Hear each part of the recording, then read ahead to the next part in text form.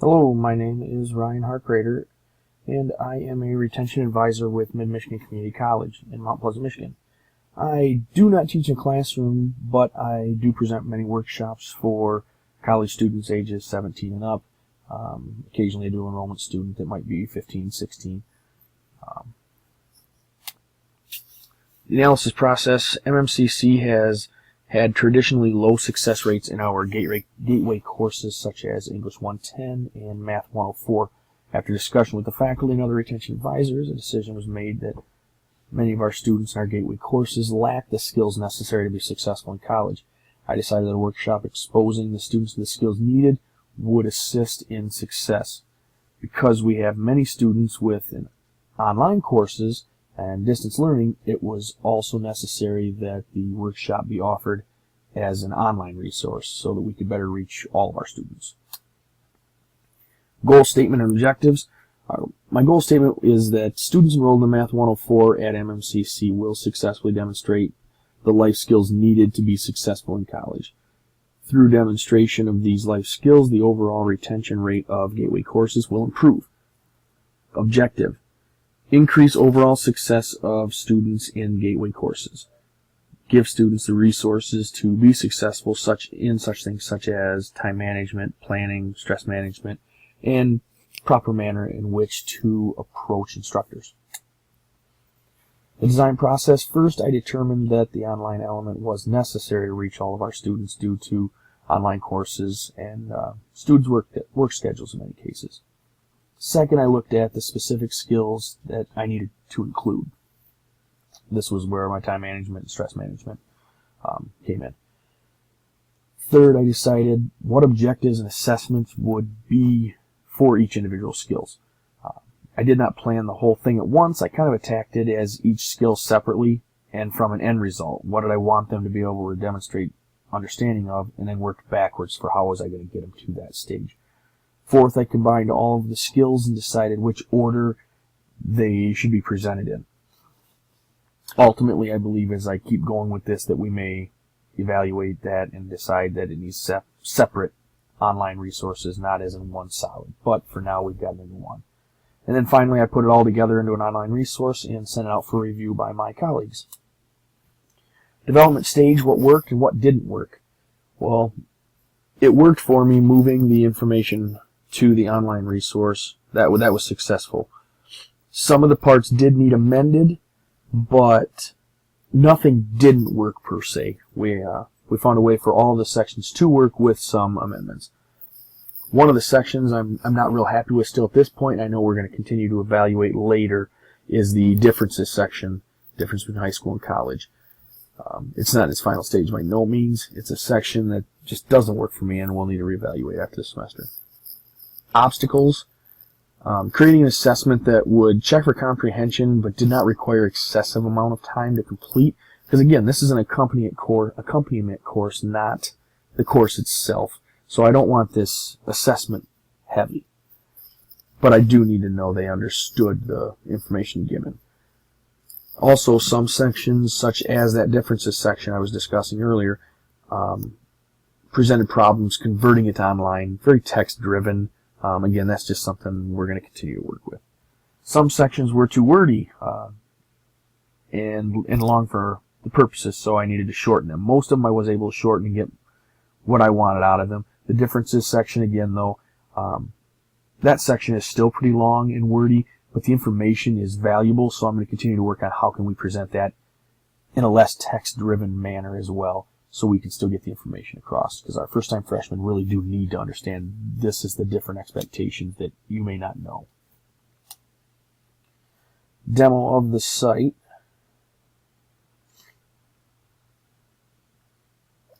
First page is just simply a survey. I want to know what type of student you are. Are you a first-time freshman? Are you a returning student? Are you one of our appeal students? Students on warning or probation? One of our athlete students? Or we recently received a TRIO grant.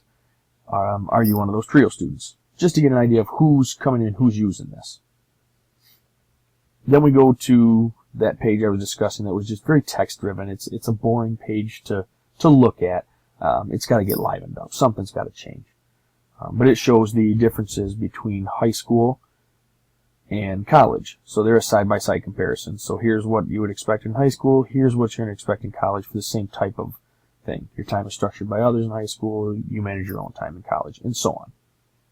And then that goes down, like I say, very text-driven.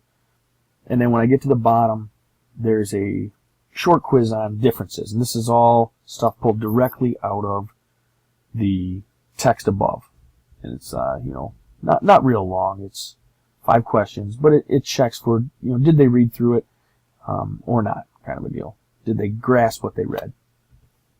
Next section is a syllabus. I chose a syllabus. I met with one of our social science instructors. So this is an actual syllabus from one of our classes that most students take while they're at mid. So to give them an idea, this is what page 1 of your syllabus looks like. I used page 1 because it's got all the vital information on how to contact your instructor, where they're at, stuff like that. This may be a section if we did make multiple online learning sources. This may go into more pages of the syllabus. But at the moment, I just used page 1. And then there is, again, just a short quiz. All this information is located in that page 1 of the syllabus. Forces them to go through and utilize the syllabus to show they understood how to read through that. Next page was approaching your instructor and the classroom etiquette. Many of our students come into college without an understanding of how to approach an instructor. They grew up in a high school, maybe a small school where these instructors all knew you on a first-name basis. Now they're at a college where they don't know these instructors. There are a lot of students. It's harder to get to know your instructor. So just how would you talk to one of your instructors, as well as in the classroom, what's your classroom etiquette that we hope you've learned through your high school, but in some cases is different enough that you're not ready for it. So we just kind of put it out there, let them read it, see what it is, and then go on from there. The next section is the SMART goals, making sure they understand how to make a SMART goal, because anybody can have a goal to do well in school, but at the end of the day, that's not a great goal. We want to get very specific with these goals. What is good? What is going to do well in school mean to you? Is it B's? Is it A's? So on. I use a video here because this video is just an excellent portrayal of what a SMART goal is and how to create one of your own. And then assessment-wise, I just have a section where they can create a SMART goal and then list it in the box. And then based on what that goal reads, I can get an understanding of, yeah, they knew what we meant. They created a SMART goal for themselves. Or, well, it's a goal, but it's not a SMART goal. And then I can meet with this student or further help them from there. Next section is the time management section. I start that off with a quote that just says, "You delay, but time will not," by Ben Franklin. And I just ask them, tell me what that means to you. One word, a sentence, whatever that happens to be. Really what I'm looking for here is procrastination. Next page, I have a few more quotes that I like about time management. And then a simple survey, just kind of how well do you plan currently? And then based on the results, this walks them through what those results mean. And then we go to a second page of time management into the planning screen. It gives ideas of different methods of planning. By no means is this all of them, but it's some of the more popular. You get wall calendars, you get online calendars, whether that's phone, computer, through Google, Outlook, etc. Do you carry a paper planner with you? To-do lists, whatever that happens to be. And then gives you ideas of how to plan better. Then the bottom is just so they can tell me what do they currently use, or what do they plan to utilize, because maybe they don't use anything yet but understand what the importance is now. And then there's a section for other in case there's one they use that I didn't have. Stress management.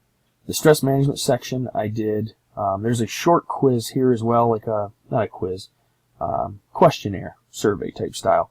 And based on the responses, this is a little longer, but based on the responses, they have a chance to see they have good control of their stress, they have low levels of stress, or maybe they need to find better ways of unwinding, or even finding somebody to talk to, whether that's a close friend, a counselor, or whatever. Just gives them an idea of where their stress level is currently. And then I have a video that accompanies that on stress relief from a college perspective.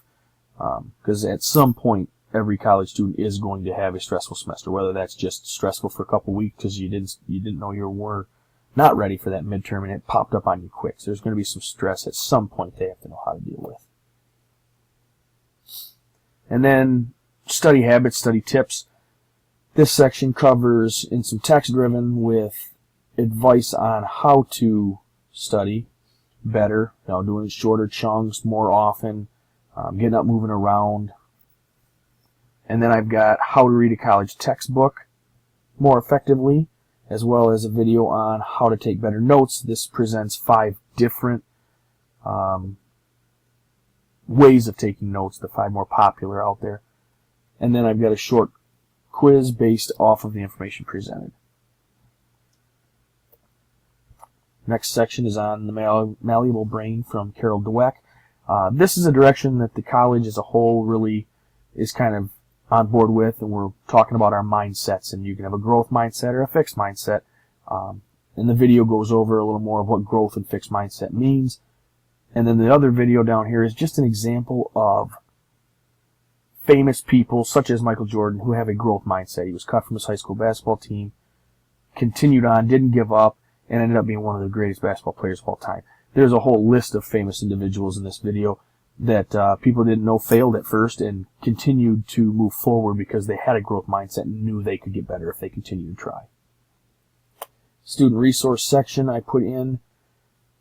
This just lists some of the resources available to mid students, such as our Math and Writing Center, our Science Center, Testing Center, and even our Career Center, available to help the students out. We also have, I also included like a motivational video just to close it out, make the world a better place because you were here. Do something. Then, implementation. The first semester we're going to utilize the online workshop as an accompaniment to Gateway courses. I'm only going to use it in 1 to 2 sections taught by the same instructor. They will be in-class sections. That way I have access to the students a little more readily to ask, hey, how did that section work for you? Or what did you like or not like? As well as end of the semester, I can get feedback in general. After the first semester, we'll take that feedback and we'll make some revisions as necessary and then roll it out across the board with all of our Math 104 classes. Once we've rolled it out with all of our math classes, we'll then revisit, start over with, after the revisions again, we'll roll it out with 1 to 2 sections of an English 110, same instructor again, so it's easier for me to make some amendments as needed. And then at the end of that semester, during that 4th semester, we will hopefully roll it out across the board for all English 110 and Math 104 Gateway courses. The peer evaluation and feedback section. All of the evaluations gave between 4s and 5s to the resources. The more important stuff I gathered out of that was the feedback was very positive, stating that the resources flowed in a logical manner, covered the topics that were targeted as essential for students in Gateway courses. They liked the assessments, were not overwhelming, which was the goal for me. The only negative feedback was the length of some of the slides, which again, that's an area of concern that we're going to continue to look at moving forward and kind of correct that as we can. Personal reflection. As I do not teach in a classroom, this was a very difficult process for me to wrap my head around, as I do not have much of the background information. By the end of the process, though, I had discovered that my goal was not as solid as intended, and in turn have updated the goal to cover what I am directly looking to accomplish. By giving the students access to life skills necessary for success, I expect to see an improvement in the success rate of the Gateway courses, but my overall goal is to give them the life skills. By association, by giving them those life skills, I expect to see a better success rate in those Gateway courses. My original goal involved just simply an increase of the overall scores of Math 104, which ultimately wasn't my goal. My goal was just to give them the life skills by association, though it would improve moving forward. That is my presentation. I thank you for your time.